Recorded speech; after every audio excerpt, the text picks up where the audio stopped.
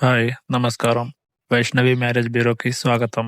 ముందుగా మా ఛానల్‌కి మొదటిసారి వస్తున్నట్లయితే లైక్, షేర్, సబ్స్క్రైబ్ జేసుకోండి.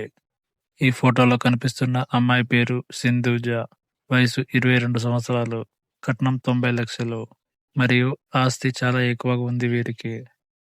ఒక మంచి క్యారెక్టర్ ఉన్న అబ్బాయి కోసం వెతుకుతున్నారు.